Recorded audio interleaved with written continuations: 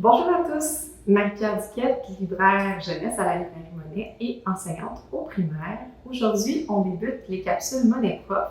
Pour ceux et celles qui n'avaient pas eu la chance de visionner notre capsule de présentation du projet, je vous résume rapidement.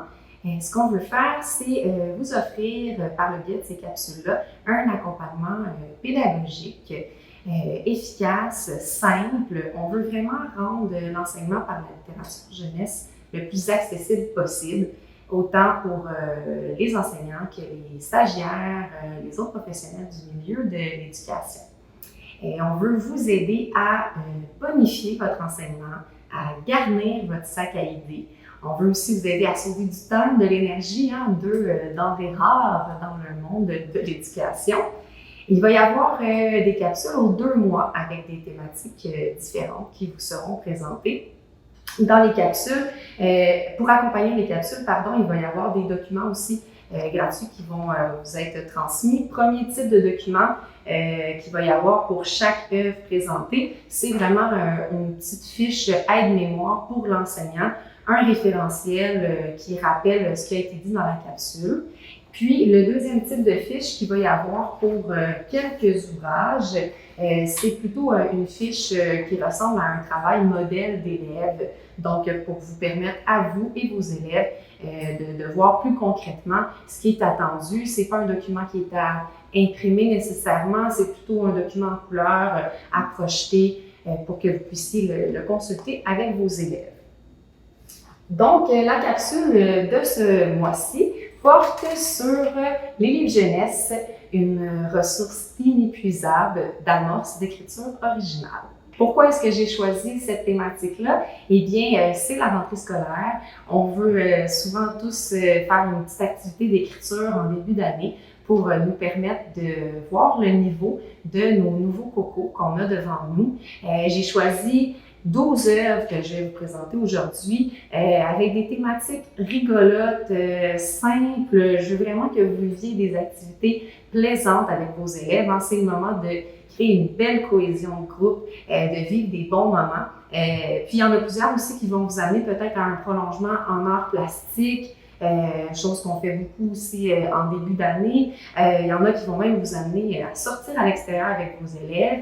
Puis d'autres qui vont mener à de belles discussions pour parler justement d'empathie, de cohésion de groupe, de choses comme ça. Je vous parlais tout à l'heure de sauver du temps. Alors, c'est ma mission principale. La capsule, elle dure longtemps, vous le voyez. Je ne veux pas que vous passiez 1 heure à m'écouter. Si ça vous tente, oui. Mais ce que je vais faire, c'est que je vais vous présenter toutes les œuvres en rafale avec l'intention d'écriture que je vous propose. Et je vais vous donner un indice par rapport au niveau là, où je vois que ce serait le plus pertinent de l'aborder. Mais j'ai un petit bémol là-dessus. J'aime pas mettre des âges sur les livres. La plupart du temps, un livre peut, surtout les albums, peut être exploité de la première à la 6e année, dépendamment comment on adapte notre activité et tout. Donc, si vous avez un coup de cœur pour un livre et que je dis que c'est pas pour votre cycle, n'hésitez pas quand même à aller voir ce que je propose. Je suis certaine que vous allez être en mesure de trouver une adaptation pour que ça réponde aux besoins de votre clientèle. Donc, je vais commencer. Oui, et pourquoi ça va vous faire sauver du temps que je fasse la rafale maintenant? C'est que vous allez pouvoir aller dans la description de la vidéo, en dessous de la vidéo, et aller sélectionner le titre de l'œuvre qui vous intéresse. Par exemple, c'est le Billy Bouton que vous avez accroché. Eh bien, vous cliquez à côté du Billy Bouton à, je ne sais pas, moi, ça va être écrit 8 minutes 4. C'est là que je vais commencer à en parler plus exhaustivement. Donc, allez cliquer dans la vidéo pour voir seulement les livres qui vous intéressent. On y va. Orbi, dessine-moi un Billy Bouton, un livre que je propose pour le 2e, 3e cycle. Écrire une description détaillée d'un Billy Bouton afin qu'un camarade puisse le dessiner. Monsieur Je sais tout, pour le 2e et 3e cycle, produire des phrases interrogatives qui pourraient avoir comme réponse les propositions de Monsieur Je sais tout. Une histoire, s'il te plaît. 2e et 3e cycle, réécriture loufoque d'une partie d'un conte classique. Une histoire sans fin, Premier, deuxième cycle, écrire un court texte en s'inspirant de 4 formes qui deviendront les illustrations de l'histoire. Carnet de voyage auprès de mon arbre pour le troisième cycle, fabriquer et garnir un carnet d'observation de la nature. Tête de mule, vraiment pour tous les niveaux celui-là, écrire la narration d'une œuvre sans texte. La tournée du facteur voyageur, premier et deuxième cycle, imaginez le courrier reçu par les différents animaux de la forêt en connaissant l'expéditeur et le sujet de la correspondance. Le petit robot de bois et la princesse Bûchette, 4e, 5e, 6e année, élaborer l'une des 12 péripéties proposées dans l'œuvre. Le dîner de mouche, tous les niveaux pour celui-ci, écrire le dialogue du prochain dîner de mouche ou écrire le menu qui figurerait dans un restaurant tenu par des mouches. La Macroff et le vol du caleçon, 2e et 3e cycle, écrire le dossier criminel du brigand que la Macroff devra pourchasser dans sa prochaine mission. Le visiteur, 3e cycle, réécrire l'œuvre du point de vue du pingouin en respectant le schéma du récit en 5 temps. Et finalement, le Wawazo, pour le 3e cycle, d'écrire un animal imaginaire à la manière de Joël Guenoveau. C'est tout pour ma rafale. Je vais retourner tout ça et on va y aller dans les descriptions exhaustives des activités que je vous propose. On commence avec Orbi, dessine-moi un Billy Bouton. Une œuvre de Frédéric Woolf et Orbi aux éditions Fonfon. Ce que j'aime beaucoup de ce livre-là, c'est qu'on joue beaucoup avec l'objet livre. D'abord, les 2 personnages principaux de l'histoire, c'est l'auteur, Frédéric, et l'illustratrice, Orbi. Frédéric va littéralement entrer dans le livre, regardez ici, et aller solliciter l'aide d'Orbi pour lui dessiner un Billy Bouton.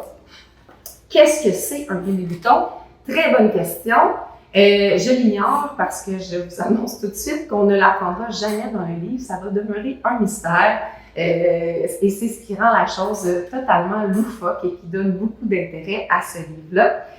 Frédéric va jamais donner d'informations supplémentaires ou de détails qui permettraient à Orbi de dessiner le Billy Bouton. Donc, c'est un dialogue entre les deux. Orbi va sortir de ses gonds. Comment est-ce qu'elle peut dessiner un Billy Bouton si elle n'a pas d'informations? Frédéric va toujours retourner ça un peu pour la rendre, lui faire vivre la culpabilité, en lui disant, ben là, t'es une illustratrice, tu devrais être capable. Regarde-moi, même si je sais pas c'est quoi puis que ça n'existe pas, je suis capable de dessiner un carcan-pois, un généval, un pili-poili, alors que c'est des animaux imaginaires. Je vois pas pourquoi toi tu pourrais pas dessiner un Billy Bouton. Même que là, Orbi va comprendre que, ok, ben dans le fond, je pourrais m'imaginer ce que c'est, je pourrais le faire à ma façon.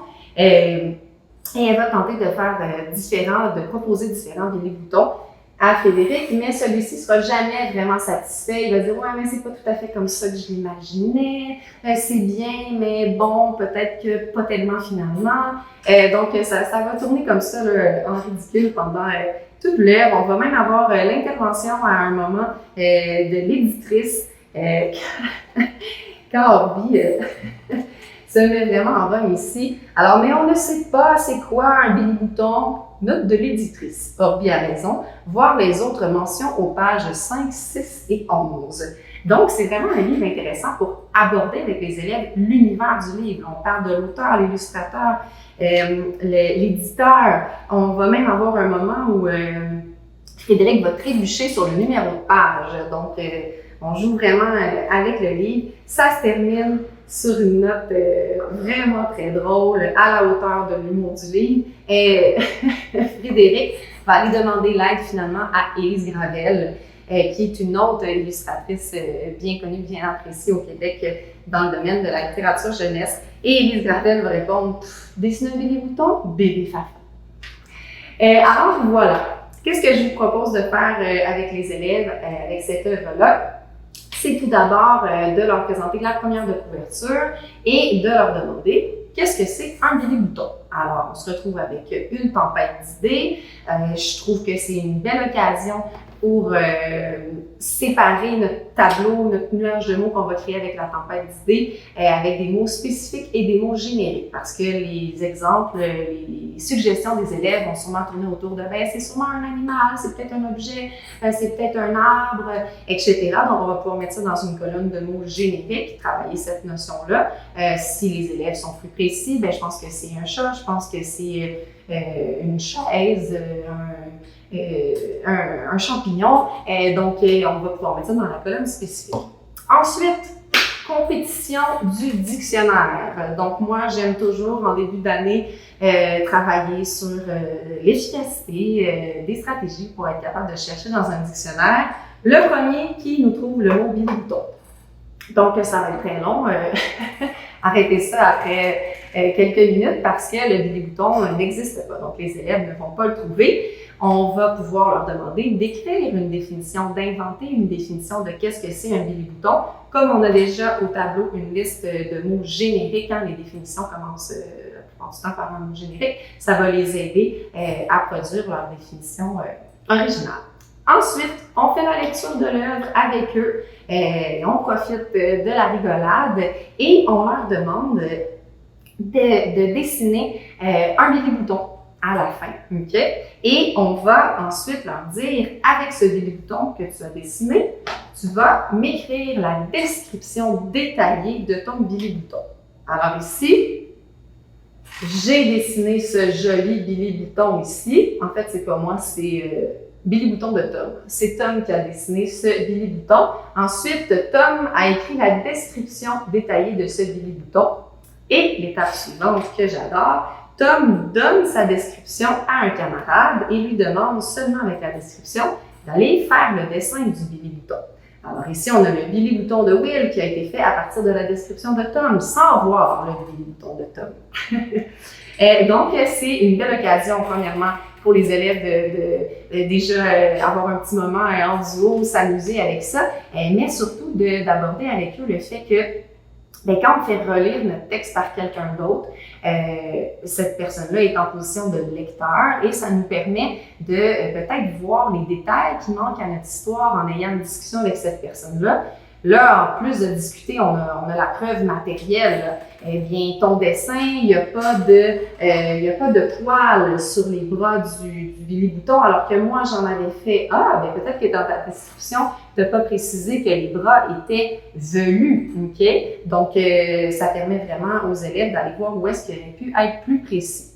Si vous voulez intégrer encore plus de notions grammaticales, lexicales, vous pouvez aussi demander à ce moment-là à vos élèves d'aller peut-être souligner les GN pour qu'on puisse les enrichir en constatant ce qui n'est pas pareil dans le dessin du camarade. Si vous travaillez avec des élèves plus petits, une classe d'accueil, vous pouvez aussi demander aux élèves de faire la description sous forme de liste de caractéristiques ou même de le faire à l'oral. Je dessine mon billy-bouton, ensuite je t'explique ses caractéristiques et toi tu essaies de le dessiner. Je vous recommande aussi peut-être de faire un modelage avec en groupe au début. Vous pouvez sélectionner un des billy-boutons ici là, fait par Ruby qui en a fait plusieurs essais. Un des billy-boutons ici et en faire l'écriture, en faire la description en grand groupe pour vraiment pister les élèves sur comment faire une description.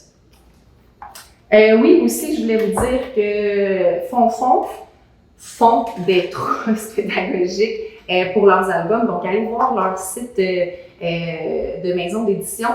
Puis, j'ai pas vu encore les fiches pour celui-ci, mais il vient juste de sortir. Donc, peut-être qu'elle va être mise en ligne là, prochainement. On poursuit avec Monsieur Je sais tout. Un duo que j'adore. Michael Escoffier, Mathieu Maudet.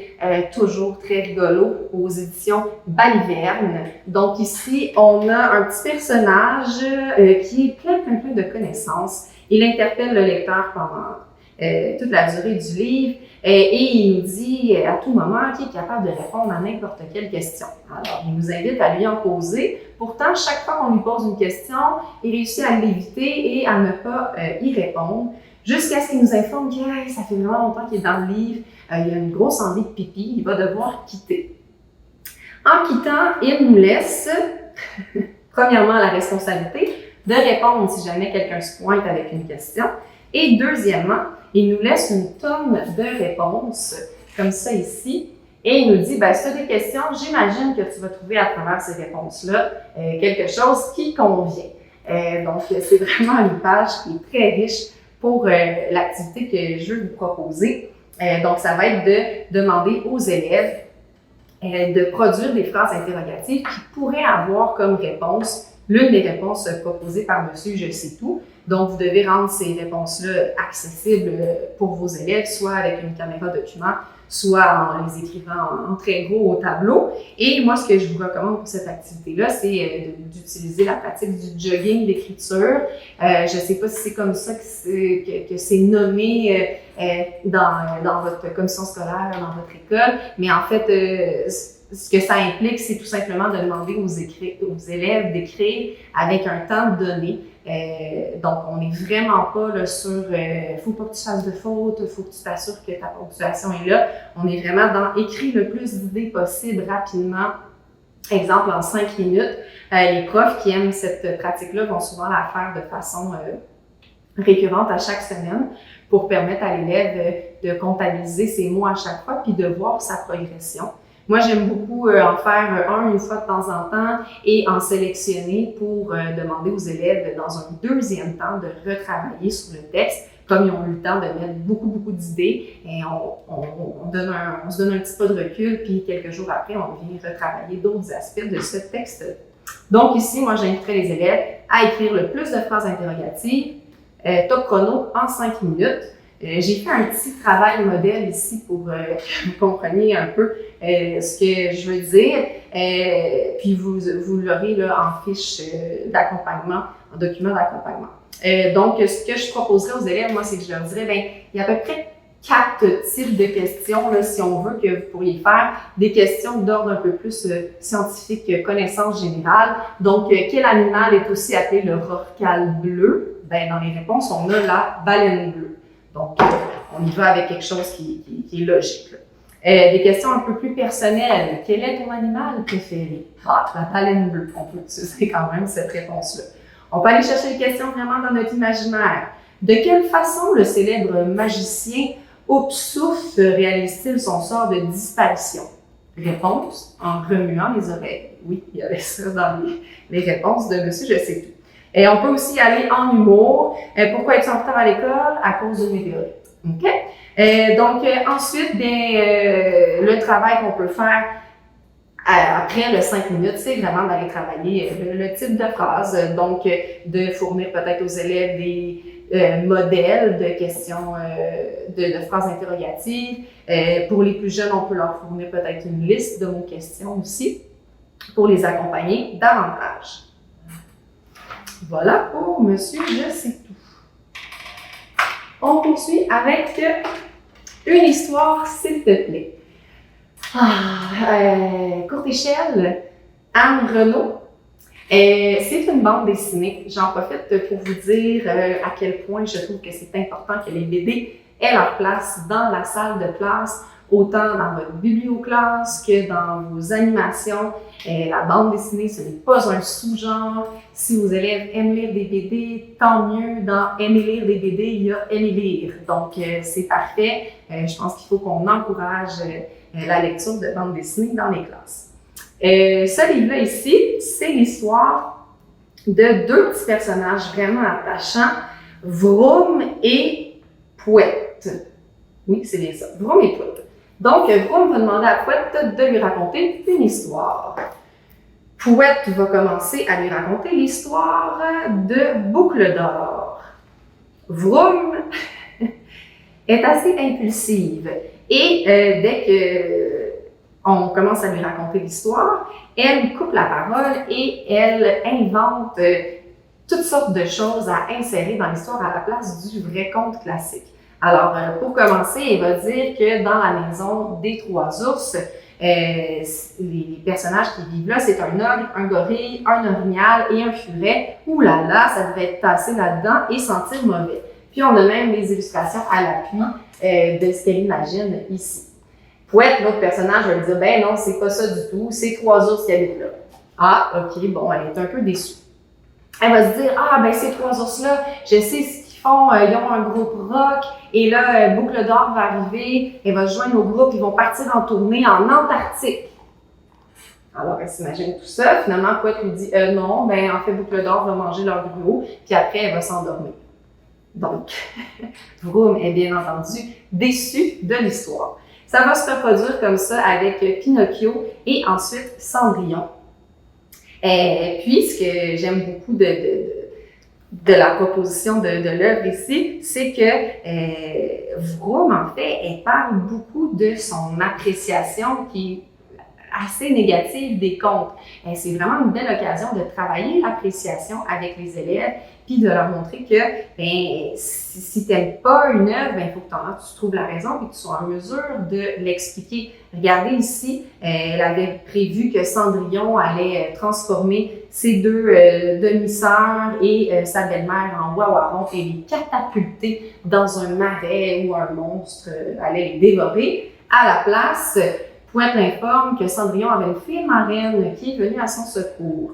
Vroom répond, dommage, Cendrillon aurait pu aussi avoir des super pouvoirs. Ça aurait fait d'elle un personnage beaucoup plus intéressant, tu ne penses pas. Donc, je trouve que ça donne vraiment un bel exemple d'appréciation d'œuvre. En parlant d'appréciation d'œuvre, je veux aussi vous spécifier que dans le document référentiel pour l'enseignant, je vous mets toujours la raison de ma suggestion. Donc, pourquoi j'ai choisi ce livre-là, qu'est-ce que j'aime de particulier dans ce livre-là. Puis je pense que c'est une belle habitude à prendre d'informer vos élèves quand vous leur présentez un livre, de les informer pourquoi vous l'avez choisi. Ça leur donne à chaque fois un modelage d'une appréciation littéraire. L'activité que je vous propose avec une histoire, s'il vous plaît, c'est de faire un peu à la manière de Pouette et de vous devenir le narrateur d'un conte classique. Là, on va rester vraiment dans le simple au niveau du narrateur. Vous allez voir que Pouette, il ne dit pas grand-chose du conte classique. Là. Donc, je vous suggère d'y aller avec Le Petit Chaperon Rouge, Les Trois Petits Cochons, deux contes très connus par les élèves la plupart du temps. On commence la narration à voix haute en laissant un blanc pour permettre aux élèves d'écrire, d'inventer, d'imaginer toutes sortes de choses à la place de l'histoire habituelle, comme Vroom le fait dans cette bande dessinée-là ici. Donc, ça va vous faire un beau moment de rigolade aussi quand les élèves voudront partager ce qu'ils ont modifié. Et dernière chose que je vais vous dire aussi à propos de ce livre-là, il est très intéressant pour travailler la caractérisation indirecte des personnages, c'est-à-dire de faire ressortir leurs traits de caractère. C'est pas nommé dans l'histoire, mais leur comportement, leurs gestes, leurs paroles nous donnent beaucoup d'informations sur leurs traits de caractère. C'est une façon de travailler l'inférence avec nos élèves, d'aller repérer les indices dans le texte qui nous prouvent, par exemple, je vous disais que Vroom est impulsive, qu'est-ce qui nous prouve dans le texte que c'est un de ses traits de caractère. Alors, très beau livre à découvrir. Je poursuis avec Histoire sans fin. Chez Seuil Jeunesse, un livre d'Édouard Manceau. Celui-là, je recommande plus pour les petits parce qu'on a d'abord des petites formes ici à manipuler. Donc, je vous lis la quatrième de couverture. J'ai trouvé 4 images. Je les ai ramassées, je les ai regardées et elles m'ont raconté des histoires à l'infini.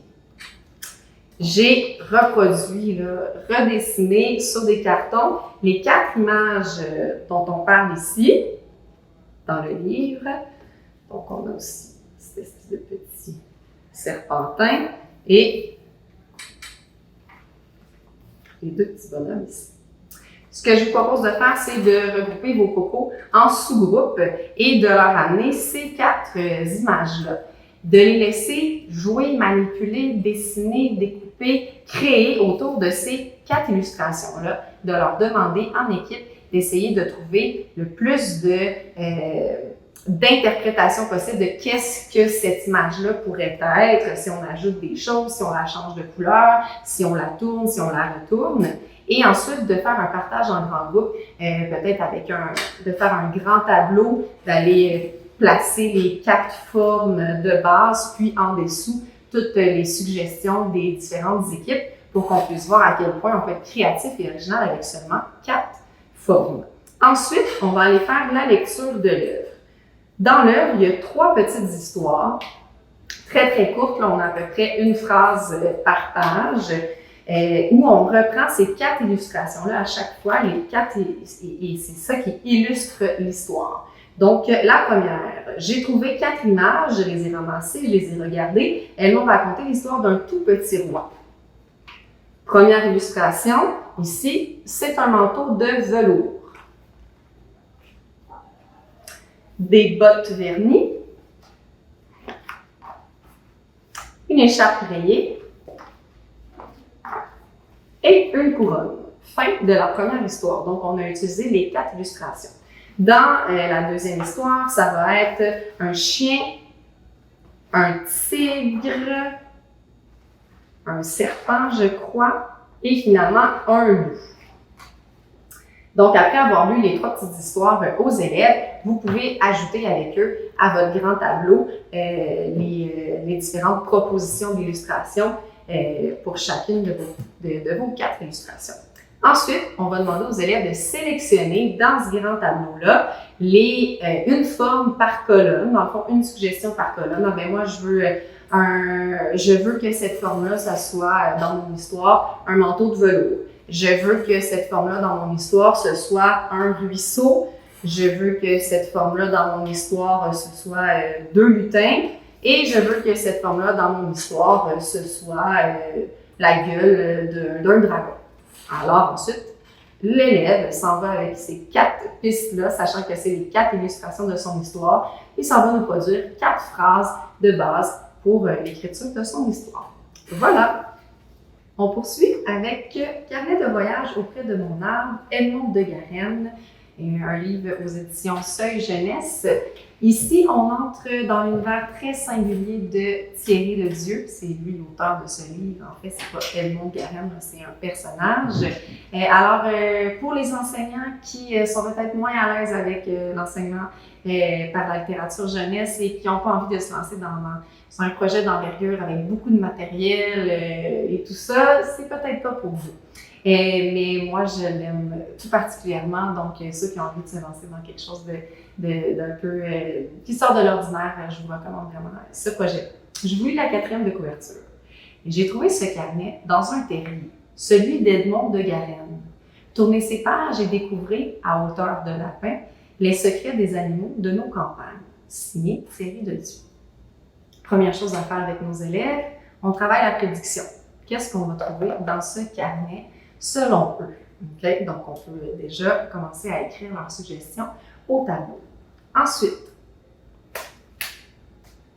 on ouvre le carnet et, déjà, il faut que je vous montre la qualité des pages à garde, on fait la lecture de la première page. Vous allez découvrir mon univers à hauteur de lapin.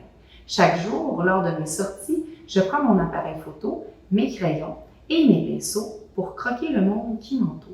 À quelques mètres de mon terrier, je me sens comme un explorateur, un Christophe Colomb du quotidien. Soyez des aventuriers autour de chez nous. Soyons des aventuriers autour de chez nous. Donc, à partir de ce moment-là, ce que je ferais, c'est que je parlerai aux élèves de l'intention de lecture. C'est vraiment une stratégie qui est importante de développer chez nos élèves, qu'avant la lecture d'une œuvre, il y ait en tête une intention. Alors, pourquoi je m'apprête à lire ce livre-là? Ce que je ferais, c'est que j'écrirais secrètement 2 intentions différentes et je ferais piger aux élèves dans un bocal pour que dans la classe, on se retrouve avec la moitié des élèves qui ont l'intention A et la moitié des élèves qui ont l'intention B. Intention A, on va lire ce livre-là pour découvrir ce qu'Edmond de Garenne a utilisé comme technique artistique dans son carnet. Deuxième intention, on va lire cette œuvre pour découvrir quels sont les types de traces écrites que Edmond de Garenne a fait dans son carnet d'observation. Donc, on commence la lecture de l'œuvre. C'est un recueil d'extraits trouvés dans le terrier par Thierry de Dieu. Donc, on n'a pas besoin de les présenter aux élèves dans l'ordre. On peut sélectionner nos préférés, en présenter seulement quelques-uns.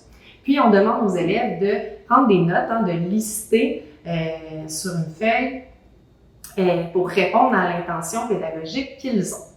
Alors, je vous montre quelques extraits pour que vous voyez c'est quel genre de traces que Edmond Garen fait dans son carnet. Alors ici, on a des fourmis au crayon à mine. Quelquefois, en observant les fourmis, je m'amuse à inventer des histoires. Alerte! Une libellule vient de se scratcher au pied du rosier. Allons la démembrer. Alors ici, on voit que sa trace est vraiment dans son imaginaire. Sa trace d'écriture. Ici, on a tout simplement une liste, une photographie d'un nuage et une liste de différents types de nuages. Ici, un souvenir. Je me souviens de ce jour d'été, quand mon 138e enfant, René, je crois, ou Bernard, a couru vers moi en me montrant les akènes du pissenlit et en s'écriant « Papa, il neige !» J'aime particulièrement celle-là ici, photo d'un nid. Mon terrier est très confortable, mais bon sang que ça doit être agréable d'être un oiseau. Si j'en étais un, je serais le champion du monde de la sieste et des grasses matinées. Alors, on a ici une belle réflexion. Deux tout petits extraits ici que j'adore. Vue de fesses, vue de profil. Alors, un papillon présenté de deux angles différents et un autre très court ici.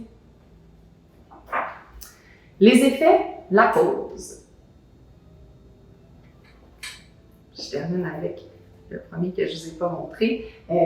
Petite photographie ici où on a ajouté des bulles pour faire parler les abeilles. C'est moi qui l'ai vu en premier. Non, c'est moi, dégage. Non, toi, dégage. Alors, vous voyez que les traces sont vraiment très variées.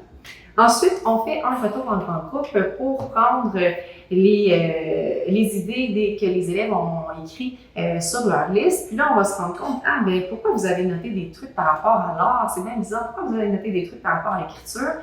Et là, on dévoile qu'il y avait deux intentions de lecture différentes et que justement, quand on a une intention de lecture en tête, on porte notre attention sur des choses spécifiques.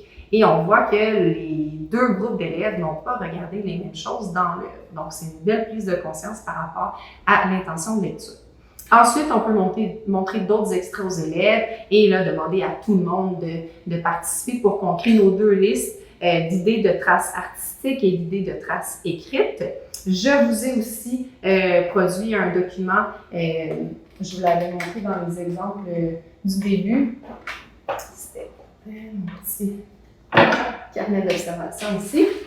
Donc, c'est une liste que vous pouvez projeter là, pour la découvrir avec vos élèves. J'ai mis beaucoup de suggestions de traces écrites, d'éléments artistiques. J'ai rajouté de la poésie, des haïkus, même des trucs informatifs que vous pourriez demander à vos élèves de produire s'il y en a qui sont très amoureux de la science. Donc, ils pourraient détailler, je sais pas, on va faire le schéma pour détailler les parties d'une plante qu'ils observent, quelque chose du genre.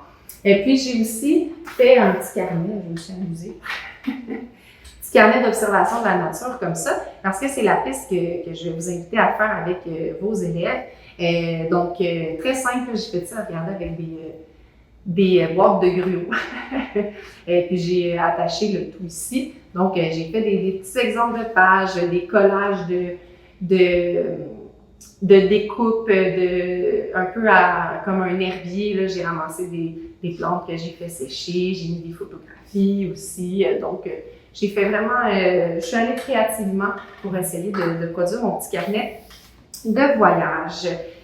Donc, ensuite, avec les élèves, on revient en classe et on était à notre tempête d'idées, on créait nos listes. Ensuite, on leur annonce que on va sortir dehors, on va prendre nos crayons, nos papiers, notre matériel artistique qu'on a à notre disposition.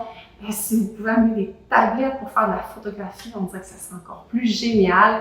Et on s'en va dans un espace vert que j'espère que vous avez près de votre école pour aller faire des observations. C'est vraiment une activité que je vois très, très libertine, vraiment dans le plaisir d'écrire, laisser les élèves écrire juste des mots qui leur passent par la tête, faire des listes, peu importe. On n'est pas dans le code d'autocorrection, on n'est pas du tout dans essayer d'avoir une structure. C'est vraiment le plaisir d'écrire. Puis quand on veut parler de différenciation pédagogique, bien c'est sûr qu'un petit projet comme ça, ça permet aux élèves qui ont besoin de bouger, qui ont besoin d'espace, qui ont besoin de l'air frais, de vivre une expérience très, très positive en lien avec l'écriture. Donc, je vous recommande de faire le petit carnet au retour, là, pas de fabriquer le carnet puis d'aller le noter dans le carnet dehors. Demandez plutôt aux élèves d'avoir des feuilles libres. Comme ça, ils vont pouvoir sélectionner parmi leurs traces ce qu'ils aiment un peu plus pour finir leurs choses rendues en classe et ensuite les compiler dans un carnet. Alors, c'est tout pour cette œuvre magnifique de Thierry Dedues. Je poursuis avec Tête de mule, une autre bande dessinée que j'ai voulu ajouter au lot de livres. Donc, c'est une BD sans texte par Aurore Daman aux éditions Rageot. C'est l'histoire vraiment très rigolote d'une petite fille qui ne veut pas manger ses brocolis. Et elle va refuser de les manger pendant très longtemps. Alors, on la suit toujours assise à la table devant son assiette de brocolis, en train de refuser de manger ceux-ci. On va se rendre à son adolescence, sa vie adulte, et jusqu'à ce que ce soit une vieille dame. C'est vraiment très drôle comme livre sans texte, jusqu'à ce que ce soit une vieille dame et qu'elle finisse par se risquer à goûter. Elle va adorer les brocolis finalement, dévorer son assiette, demander un gâteau. Elle va recevoir une pomme et elle va se remettre à bouder. J'adore la fin. Et donc, pour cette œuvre-là, ce que je veux vous parler d'abord, c'est les 4 composantes de l'écriture. Je ne sais pas si vous êtes familier avec ce concept-là, mais dans le fond, les 4 composantes de l'écriture, c'est la conceptualisation, ce qui revient à trouver des idées, l'énonciation, ce qui revient à formuler nos idées, l'encodage, dans le fond, qui est de prendre en considération les connaissances qu'on a par rapport au code de la langue française. Donc, on est vraiment dans grammaire, orthographe, ponctuation, etc.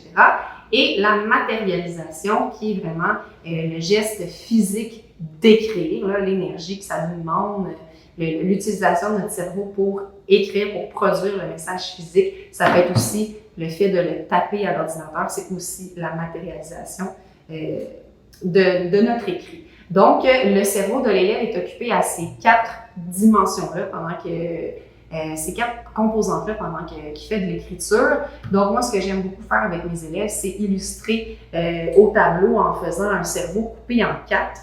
Et quand je prends en charge avec un projet l'une des 4 dimensions, eh bien, j'enlève cette dimension-là au tableau. Là, ici, c'est la conceptualisation qu'on va prendre en charge parce que les idées sont déjà là, les illustrations sont là, on prend les idées de l'histoire direct dans l'illustration. Donc, l'élève n'a pas besoin d'utiliser de l'énergie pour trouver les idées. Okay? Donc, moi, je vais enlever la composante de la conceptualisation, puis je vais montrer aux élèves, regardez, ben là, vous avez un quart de cerveau qui est disponible. Vous pouvez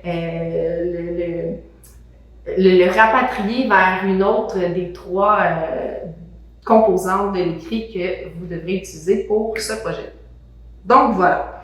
Ce qu'on va faire pour les petits, c'est qu'on va leur demander d'écrire une phrase de base toute simple pour chacune des doubles pages qu'on présente. On va y aller avec je vais appeler ça un jogging dirigé parce que ce que je vous suggère, c'est vraiment de tourner les pages à un rythme qui permet à vos élèves d'écrire 1 à 2 phrases par double page. Alors, soit que vous amenez les élèves près de vous, soit que vous avez une caméra document parce qu'ils doivent voir les illustrations. Vous pouvez aussi, avec les plus petits, ou si vous voulez que l'activité dure moins longtemps, commencer la narration des premières pages en grand groupe. Vous pouvez le faire seulement pour une petite partie de l'œuvre aussi, si vous préférez. Pour les plus vieux, ce que je vous propose, c'est la même chose, de leur demander d'écrire 1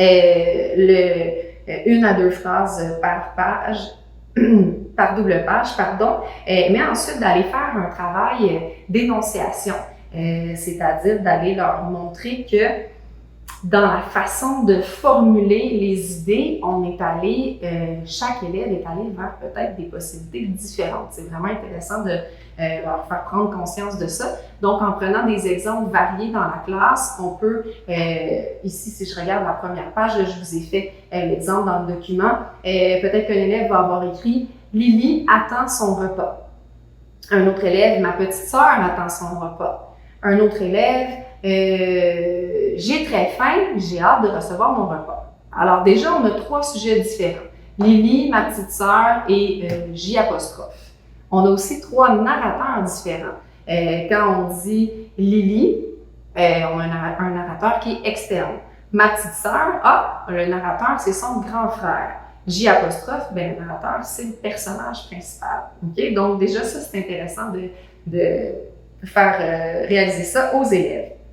Ensuite, on peut aussi, dans un deuxième temps, faire un travail d'enrichissement des phrases. Donc, les élèves ont écrit rapidement leurs phrases. C'est sûr que c'est pas des phrases qui sont très riches. On peut leur proposer de faire une deuxième présentation de l'œuvre pour qu'ils puissent ajouter des éléments à leur phrase pour que ce soit plus riche. Vous remarquez que dans les fenêtres, on voit beaucoup d'éléments qui sont liés au temps. Alors, ça permet d'aller ajouter des compléments de phrases reliés au temps qu'on peut présenter aux élèves. On a aussi beaucoup d'informations par rapport aux émotions vécues par le personnage parce que c'est toujours son visage qui est mis de l'avant. Donc, ça aussi, c'est quelque chose qu'on peut ajouter dans nos phrases. Donc, moi, je vous inviterai à parler des adverbes à vos élèves aussi. C'est une belle façon d'enrichir sa phrase. Donc, vous verrez le détail de mes exemples dans le document et ça vous donnera d'autres pistes pour travailler cette superbe BD sans texte, très, très rigolote. Je poursuis avec la tournée du facteur voyageur de Junko Shibuya chez Actes Sud Junior. Donc, celui-là, c'est un livre que je vous recommande pour les petits. C'est l'histoire d'un pigeon qui va livrer du courrier à différents animaux de la forêt. Il est intéressant parce que à chaque fois qu'il fait une livraison, il va nous annoncer où est-ce qu'il s'en va sans nous dire c'est le lieu de vie de quel animal. Donc, on peut commencer à faire des petites inférences avec nos cocos, à trouver les indices ensemble pour essayer de deviner vers quel animal il va aller porter son courrier. Ici, par exemple, il va dire, voyons voir, son adresse est chambre hexagonale 302 sous le toit, écurie de la ferme. Ah, je l'entends bourdonner d'ici. C'est la ruche de... Alors là, on peut faire ressortir avec les élèves des mots qui nous donnent des indices. Hexagonale. Chambre hexagonale. OK, bon, déjà, ça peut être un peu complexe, mais ça nous amène quand même une petite piste. Sous un toit, bourdonner, ruche. Alors, bien évidemment, il va livrer le courrier à l'abeille, qu'on va découvrir à la prochaine page. Ce qu'on découvre aussi à chaque fois, c'est qu'on a le destinataire de la lettre. Alors ici, on nous dit « Ce sont des nouvelles de mon cousin ». Alors, c'est le cousin qui lui a envoyé une lettre et on sait c'était quoi là, la raison de sa correspondance. Ici, le cousin donnait des nouvelles. OK? Il y a aussi une autre chose intéressante qui est très petite. Je vais essayer d'aller m'approcher pour que vous voyez ici. C'est qu'on voit des indications visuelles qui se trouveraient sur l'enveloppe pour nous donner des indices sur le lieu de livraison de la lettre. J'en ai reproduit un ici, en gros, sur une enveloppe. Et donc, l'activité que je vous propose de faire avec vos élèves, c'est de leur demander d'écrire une des correspondances. Comme je vous disais, on sait toujours c'est qui a écrit la lettre et quelle était la raison de son courrier. Donc, pour celle-là ici, je vais la retrouver dans le livre. D'ailleurs, elle est excellente pour une petite inférence. Voyons voir, son adresse est Dos du Chat Noir. Alors, on le voit sur la carte, sur l'enveloppe. Dos du chat noir, au milieu de l'escalier. Ah, j'aperçois un grand seau de... Alors, c'est une puce. La puce, et c'est une invitation de la sauterelle pour aller jouer à la corde à danser. Donc, on va inviter l'élève à écrire qu'est-ce qui se trouverait dans cette lettre-là selon eux. Ma chère puce, j'espère que tu vas bien et que le poêle dans lequel tu habites est toujours aussi confortable. L'autre jour, quand nous avons sauté sur un trampoline, c'était vraiment amusant. Cette fois, je vais t'inviter pour venir jouer à la corde à sauter. Viens me rejoindre lundi à 10h15 près du banc de parc, ta grande amie Sauterelle. Bon, ici, j'ai vraiment fait une invitation de longue envergure. Ce serait peut-être pour un élève qui a plus de facilité à écrire. Ici, des nouvelles. Une invitation pour un pique-nique spécial en famille qui est fait pour Madame Ours. Okay, j'ai reçu une invitation à un pique-nique. Alors, c'est une écriture beaucoup plus courte, une petite carte d'invitation. Ou au bord de la rivière, quand mardi le 9 septembre à 11h35, activités prévues, pêche au saumon, baignade et kayak. Donc, déjà ici, vous voyez qu'on peut faire la différenciation pédagogique en demandant à nos élèves plus petits ou à nos élèves qui ont plus de difficultés en écriture de choisir une correspondance qui va demander moins de texte. En parlant de correspondance, c'est bien entendu un titre vraiment excellent pour débuter un projet de correspondance avec une autre classe. Voilà. Je poursuis avec, Le petit robot de bois et la princesse Bûchette. Je pense vraiment que c'est mon livre préféré qui est sorti cette année. L'histoire est tellement originale. C'est vraiment un très, très bel album. Là. Vous avez besoin de ça dans vos classes. D'abord, il faut que je vous présente ma bûche ici, qui est là depuis le début. Je laisserai traîner dans ma classe cette bûche pour piquer la curiosité de mes élèves quelques jours avant la lecture de l'œuvre. J'ai indiqué, important, ceci est une princesse endormie. Et vous allez comprendre rapidement parce que je vais vous résumer l'histoire. Donc, c'est l'histoire d'un roi et d'une reine qui ne peuvent avoir d'enfants. Ils vont faire appel à une sorcière et une savante qui vont leur donner 2 beaux enfants, un petit robot de bois et une petite princesse Bûchette. La particularité de la petite princesse, c'est que lorsqu'elle s'endort, elle redevient une bûche et que seul son petit frère peut prononcer la formule magique le matin pour la réveiller et qu'elle redevienne princesse. La particularité du petit robot de bois, c'est qu'il a accepté qu'une petite famille de scarabées s'installe à l'intérieur de ses engrenages pour y vivre, parce qu'il est vraiment très, très gentil.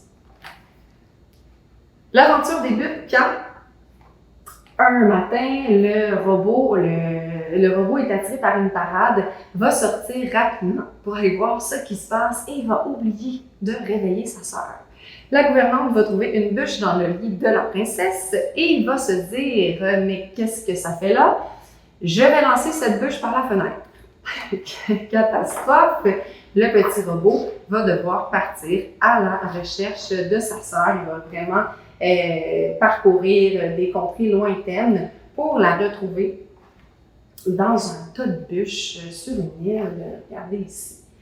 Très empathique face à sa petite sœur, il va se dire, la pauvre, elle s'est endormie dans son lit douillet et là, elle se réveille à l'autre bout du monde dans un tas de bûches. Je ne vais pas la réveiller tout de suite, je vais la transporter dans un petit chariot pour la ramener à la maison. Le problème, c'est que le petit robot va sentir que ses engrenages commencent à ne plus fonctionner très bien et va devoir réveiller sa sœur pour qu'elle prenne le relais. Par contre, si sa sœur se rendort, on arrive face à ce problème ici. Tous deux sont pris dans la forêt. C'est assez désespérant, mais heureusement, il y a des petits scarabées qui habitent à l'intérieur du robot qui, eux, vont se rendre compte après quelques jours qu'il semble se passer quelque chose de bizarre. Ils vont faire appel à tout un système de communication pour parler à différents animaux de la forêt, qui vont aller chercher la sorcière, qui vont tous ensemble organiser le sauvetage de nos deux personnages et les ramener à la maison. Ce que j'aime particulièrement de ce livre-là, c'est que tous les personnages sont gentils. Il n'y a pas de méchants dans l'histoire. On dirait que ça rend l'histoire vraiment naïve, agréable. Puis les personnages sont avenants, veulent aider, se relaient pour être en mesure de trouver des solutions. Le petit frère et la petite sœur s'entendent super bien. Il y a beaucoup d'empathie. Toutes des belles qualités qu'on veut propager dans notre classe. Alors, c'est une belle discussion à avoir en début d'année pour avoir une belle cohésion de groupe. Au-delà de ça, il y a 2 pages que je vous ai cachées pendant que je vous résumais le livre qui présentent des péripéties. 6 péripéties ici vécues par le petit robot. Et on n'a pas le temps dans le livre là, de nous les raconter, toutes ces aventures-là, donc on fait juste les nommer. La clé géante, la famille de voleurs, la vieille dame dans une bouteille, le pudding magique, l'ours solitaire, la reine des champignons. Alors, vous me voyez venir, la piste que je vous propose, c'est de demander à vos élèves, après la lecture de l'œuvre, de choisir l'une de ces péripéties-là et de l'écrire, de l'élaborer de façon détaillée, de l'étoffer. C'est souvent, je trouve, une difficulté pour les élèves que les péripéties soient riches. On a souvent 1 ou 2 phrases pour une péripétie, c'est pas assez. Donc, c'est ce que je vous propose ici. Il y a aussi 6 péripéties lorsque la princesse Bûchette prend le relais, 6 autres péripéties qui sont proposées ici. Alors, vos élèves auront le choix entre 12 péripéties différentes. Je vous recommande aussi de faire un modelage d'abord, donc d'en choisir une en grand groupe et d'élaborer la péripétie pour que les élèves voient vos techniques pour rendre une péripétie riche et détaillée. On y va ensuite avec le dîner de mouche chez Bayard Jeunesse par Vincent Guigues. J'ai l'impression que je ne vous ai pas nommé la maison d'édition pour lui. C'est chez Comme des géants de Tom Gold. Donc, on revient au dîner de mouche. Je vous avertis tout de suite, dans ce livre, il y a des blagues de caca. Alors, il y a 2 écoles de pensée pour les blagues de caca. Il y a les profs qui veulent absolument éviter le sujet parce que, je vous comprends, ça n'en finit plus. Il y a aussi les profs qui aiment crever l'abcès, choisir un moment dans l'année où on fait des blagues de caca, puis après ça, c'est bon, on peut passer à autre chose. Donc, cette activité-là, c'est pour les profs qui veulent crever l'abcès. Le dîner de mouche, c'est l'histoire vraiment très simple et très, très sophistiquée d'une mouche qui reçoit une autre mouche à dîner et qui va lui offrir au menu, je vous lis un extrait, je vous sers un petit apéritif, un bon jus de cacassis, volontiers. En entrée, une purée de cacarottes, ça sent carrément bon. Alors, vous voyez qu'on a choisi des mots contenant le son K et qu'on a doublé ce son-là pour avoir caca dans toutes nos pages et pouvoir se rouler par terre de cet humour de grande classe. Le grand intérêt de ce livre-là, c'est qu'il a une structure en boucle. Une structure en boucle, c'est que quand on arrive à la fin de l'œuvre, on nous laisse une ouverture, une piste qui nous ramène au début. Je m'explique. Par exemple, on aurait, je sais pas moi, un dinosaure cruel pendant toute l'histoire et on réussit à la fin à se débarrasser de ce dinosaure cruel. Et à la dernière page, qu'est-ce qu'on voit? Il avait eu le temps de pondre un œuf et son bébé est en train de sortir et de grogner. Alors, on a l'impression que l'histoire va se reproduire avec ce nouvel élément. Ici, la fin. La semaine prochaine, c'est moi qui vous invite. Vous me direz des nouvelles de ma soupe au pipi sans lit. J'en ai l'eau à la bouche. Alors, structure en boucle, on voit qu'il va y avoir un 2e dîner de mouche et que dans le menu, on va avoir des mots contenant le son pi. Donc, vous me voyez venir encore une fois avec ma piste, j'en suis certaine. Ce que je vous suggère, c'est pour les élèves plus vieux, d'écrire le dialogue du prochain dîner de mouche en cherchant des mots contenant le son pi. Et pour les élèves plus jeunes, ce que je vous recommande, c'est de faire un menu du restaurant qui serait tenu par les mouches. Donc, vraiment de nommer des entrées, des repas principaux, des desserts qui pourraient se retrouver au menu contenant le son pi. Je vous ai fait un petit document avec une liste de mots contenant le son pi pour vous aider. Vous pouvez vous amuser avec cette liste-là, jouer à les classer par classe de mots, faire toutes sortes de choses avec ça. Vous pouvez aussi laisser les élèves trouver eux-mêmes leurs mots en pi, faire une grande tempête d'idées pour tout le groupe.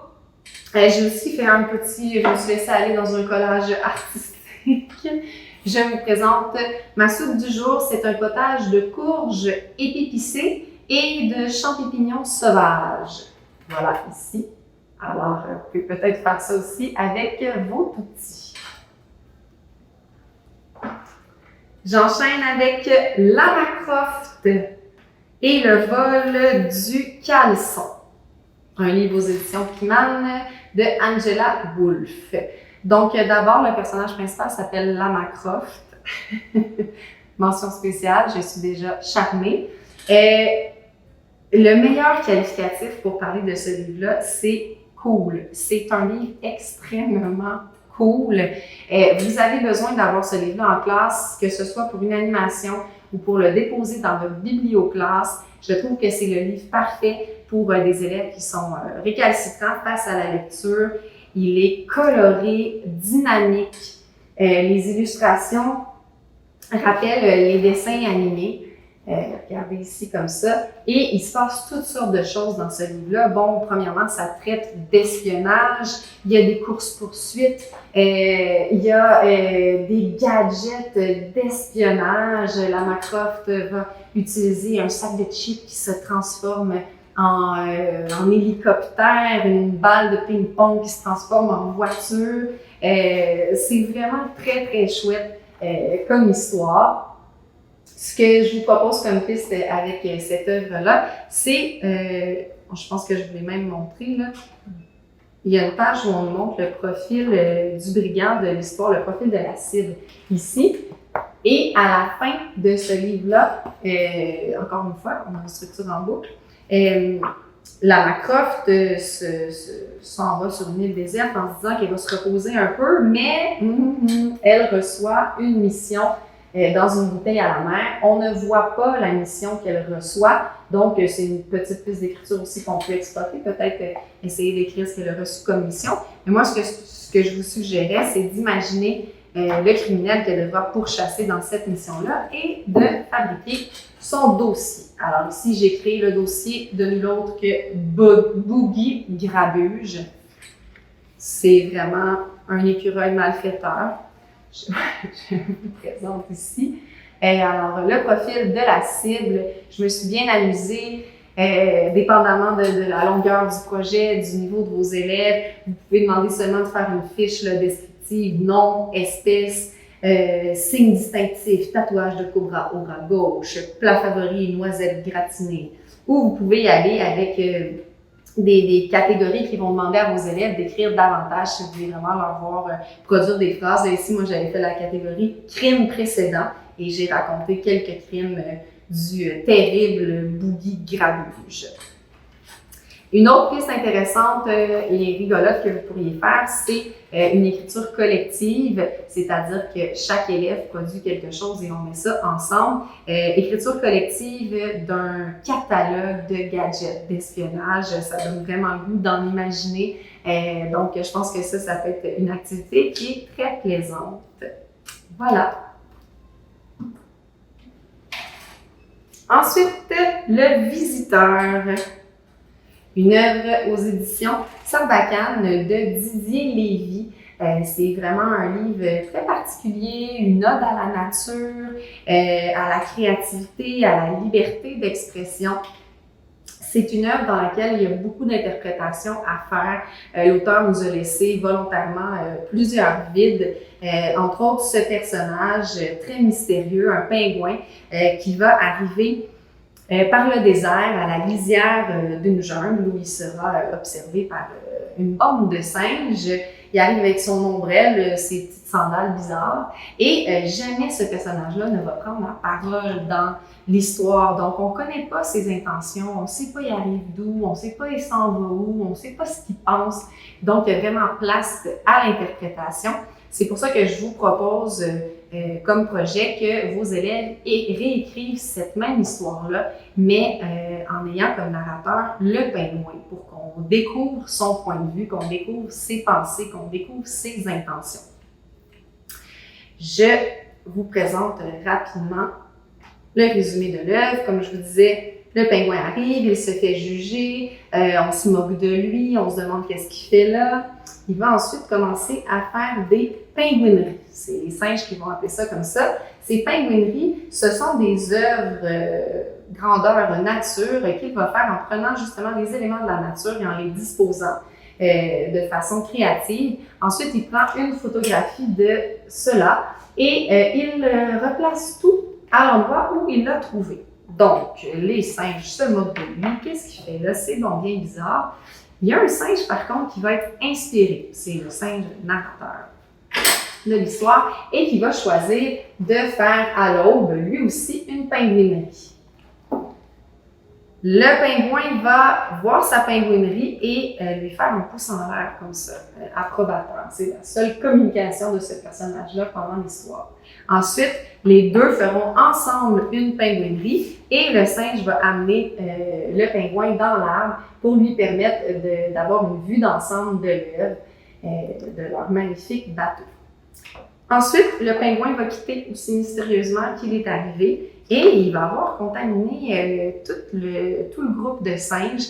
Tout le monde va se mettre à faire des pingouineries. Ça va attirer beaucoup de visiteurs, des touristes. Ça va déranger les singes, donc ils vont s'éloigner, aller vivre plus creux dans la forêt tropicale. Et seul leur ami pingouin saura les retrouver lorsqu'il a envie de passer un petit moment avec eux.